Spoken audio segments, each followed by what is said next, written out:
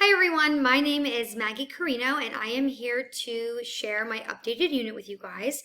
Before I begin, I would like to say that I'm pursuing a certification in secondary education with the hopes of becoming a social studies teacher.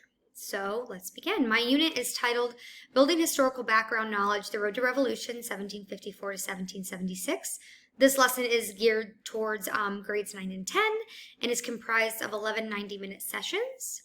As you can see, there's the module overview, the big ideas, the unit overview. We have a couple guiding questions to think about throughout the unit. And we also have our unit lessons. I will say that lessons 1 through 7 are where the bulk of my changes or updates are. Lessons 8 through 11 are more focused on planning and writing an evidence-based essay, drafting and revising the essay. So lessons 1 through 7 is where most of the teaching is occurring. Going on down, we have our Common Core standards, just a little chart going over that stuff. A section for our Unit 1 central text. So this is all of the articles we'll be using, all the videos, primary sources, secondary sources. And then I also have my Unit 1 routines. So I did make a couple edits here in this section. So the first edit I made was I added a section for classroom. And this is something I hope I will implement in every class that I have, not just for this unit. So this will kind of go over what I learned about Maslow's. So one of the first things that will always be true in my classroom is water and snacks are allowed and provided. Also, when work is completed, students are allowed to lay their heads down on their desk. These 2 bullet points I hope will provide their safety need and their physiological needs. Also, I will be deliberately choosing their groups, and this goes along with Tier 3, love and belongingness. Group work can be scary, and I don't want that for students, so I will put students in groups that will promote stronger relationships and a sense of belonging for each individual student. And my hope is that that will persist outside of the classroom as well. Also, students will receive, this 4th bullet point goes along with esteem and with conditioning. So students will receive positive reinforcement when necessary. I think that this will boost esteem. It'll also encourage students to continue the good behavior that they're giving. Students will also be given a chance to affirm their peers with compliments and kudos. And I just put that in there because I want our classroom to be full of respect and I want it to kind of become a little community. So I want students to have a chance to give kudos and compliments to their fellow students. I will also encourage participation by providing positive reinforcement, snacks, candy, any agreed upon prior items like notebooks, pens, pencils, when students are willingly participating and sharing their ideas, with the hopes that that will encourage other students to do the same. I have my reading and writing routines. I also added in 2 additional speaking and listening routines. So at the start of each class, I will engage my students in an open discussion to gauge their prior knowledge.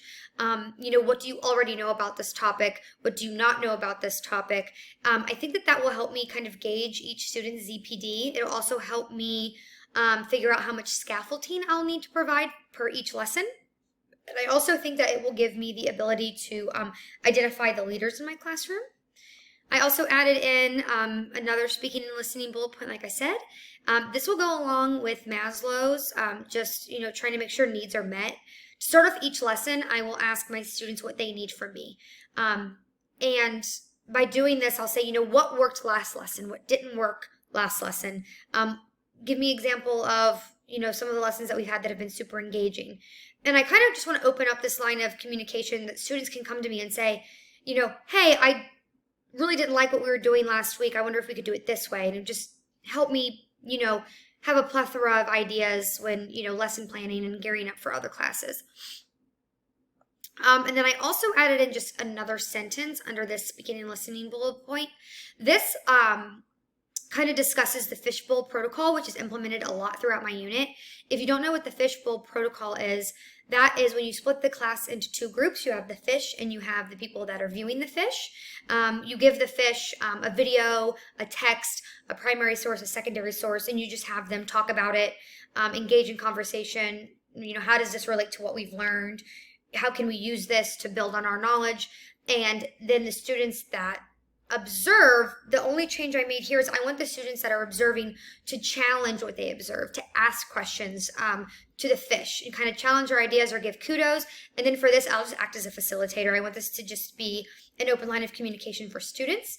And then we'll switch, and then the same routine will ensue. Going on down, we get into lesson 1. So lesson 1 is a really great one for me to assess learning styles. So lesson 1 is titled Building Background Knowledge Revolutions Across Time and Place.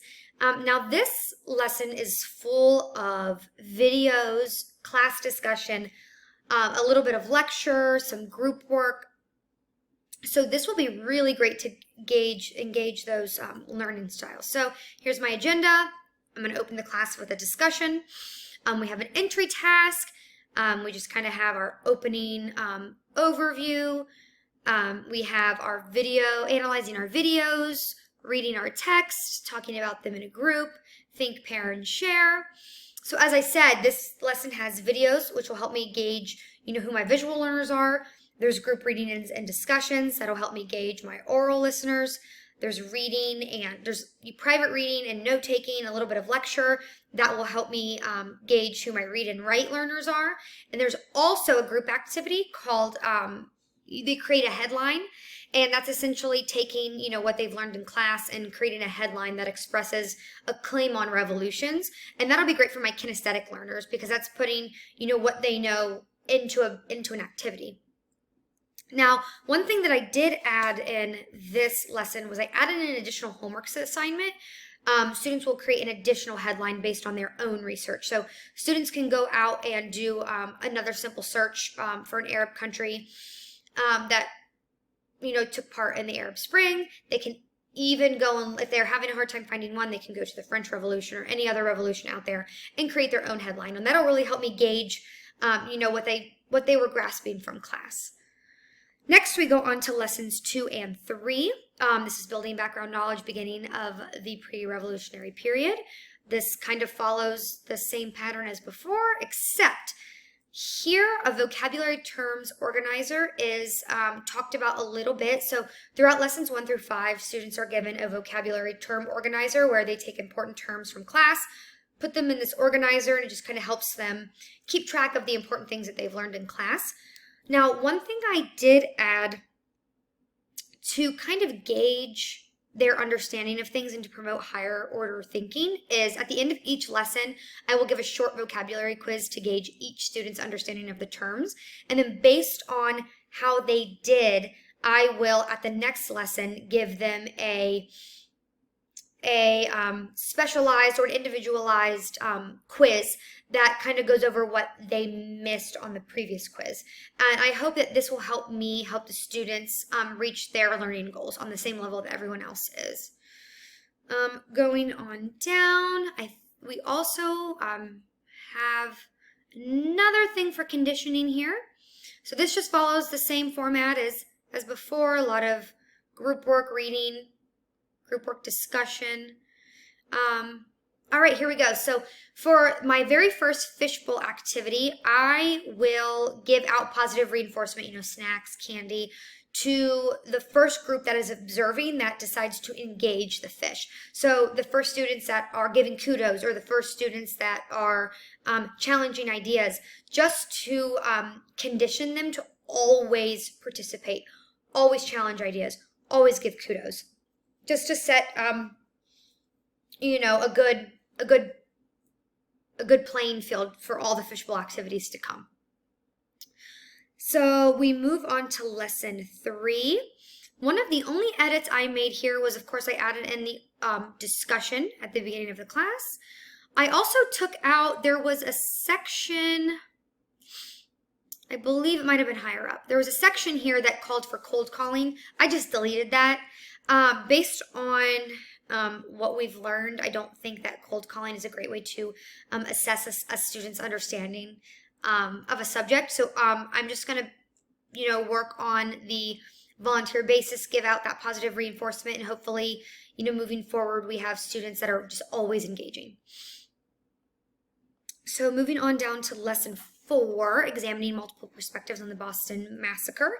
This is where I implemented some MI theory.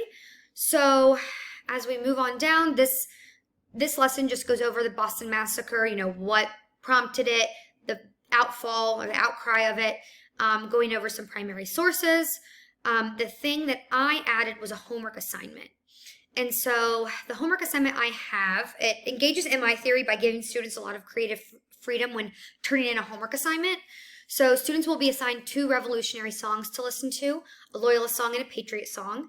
And then they have the ability to turn in like 3 different homework assignments. They can either turn in a 1-page paper analyzing the 2 songs, comparing and contrasting, turn in their own short revolutionary song that they wrote themselves, or to draw a picture depicting the 2 songs. This just gives my students the ability to really show me their creativity and, which intelligence they lean towards the most. Moving on to lesson 5. Lesson 5, the words of Patrick Henry, give me liberty or give me death. This is another area where I implement higher order thinking, and that is once again in an additional homework assignment. This follows the same schedule as all the other classes. All right, here we go. The homework assignment is students will be asked to research and find an additional speech that was given during the midst of the revolution, not previous and not prior, or not afterwards and not prior. Utilizing their knowledge from the in-class activity and their lesson on primary sources, so building on lessons previous.